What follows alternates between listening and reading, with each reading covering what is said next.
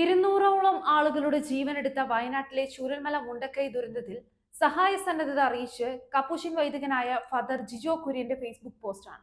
2018 മഹാപ്രളയക്കെടുതിക്ക് പിന്നാലെ അനേകരുടെ ദുരവസ്ഥ മനസ്സിലാക്കി ക്യാബിന് ഹൗസ് എന്ന ആശയത്തിൽ ഊന്നി നൂറുകണക്കിന് ആളുകൾക്ക് പാർപ്പിടമൊരുക്കി ശ്രദ്ധ നേടിയ വൈദികനാണ് ഫാദർ ജിജോ.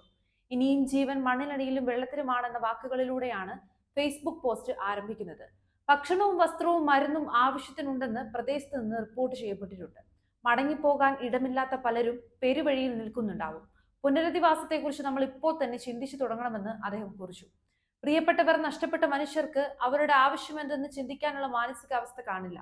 ആഴ്ചകൾ കടന്നു പോകും. വെള്ളം ഒഴുകി തീർന്നിട്ടുണ്ടാവും. ചെളി അടിഞ്ഞിട്ടുണ്ടാവും. ക്യാമ്പുകൾ അടച്ചു തുടങ്ങിയിട്ടുണ്ടാവും. മടങ്ങിപ്പോകാൻ ഇടമില്ലാതെ പലരും പെരുവഴിയിൽ നിൽക്കുന്നുണ്ടാവും. പുനരധിവാസത്തെക്കുറിച്ച് നമ്മൾ ഇപ്പോൾ തന്നെ ചിന്തിച്ചു തുടങ്ങണം. വീടുകൾ പണിതു കൊടുക്കാൻ തയ്യാറായി ചില സുഹൃത്തുക്കൾ ഇതിനോടകം വിളിച്ചു. സുരക്ഷിതമായ സ്ഥലമാണ് പ്രശ്നം. വയനാടൻ മനുഷ്യരെ ആ മണ്ണിൽ നിന്ന് വിദൂരത്തിലേക്ക് പറിച്ചു നടന്നത് ഉചിതമല്ലല്ലോ. വയനാടിന് വേണ്ടി ഒരു പുനരധിവാസ പദ്ധതി മനസ്സിലുണ്ടെന്നും വന്യമൃഗശല്യം കാര്യമായി ഇല്ലാത്ത, പ്രകൃതി ദുരന്ത ഭീഷണി ഇല്ലാത്ത സ്ഥലം ഈ മനുഷ്യർക്കായി വിട്ടുകൊടുക്കാൻ സന്മനസ്സുള്ള വയനാടൻ സുഹൃത്തുക്കൾ ഉണ്ടെങ്കിൽ ബന്ധപ്പെടണമെന്നും അഭ്യർത്ഥിച്ചുകൊണ്ടാണ് ഫാദർ ജിജോയുടെ പോസ്റ്റ് അവസാനിക്കുന്നത്. നേരത്തെ പ്രളയകാലം മുതൽ നിശബ്ദമായി അനേകരുടെ കണ്ണൊപ്പിയ വൈദികനാണ് ഫാദർ ജിജോ. പാർപ്പിടം നഷ്ടമായവർക്ക്, ഇല്ലാത്തവർക്ക് അതൊരുക്കാൻ ഈ വൈദികനൊപ്പം കൈകോർത്ത് നിരവധി പേരാണ് മുമ്പോട്ട് വന്നത്. കേരളത്തിന്റെ വിവിധ ഇടങ്ങളിലായി ഇതുവരെ 300ഓളം സ്നേഹ വീടുകളാണ് ഒരുക്കിയത്. അസുഖബാധിതർ, വികലാംഗർ, ജീവിത വഴിയിൽ ആരും ഇല്ലാതെ ഒറ്റപ്പെട്ടവർ, മറ്റു വരുമാന മാർഗങ്ങളില്ലാത്തവർ, പരസഹായമില്ലാതെ വൃദ്ധജനങ്ങൾ തുടങ്ങിയവരെയാണ് വീടിന്റെ ഗുണഭോക്താക്കളായി തെരഞ്ഞെടുക്കുന്നതെന്നതും ശ്രദ്ധേയമാണ്.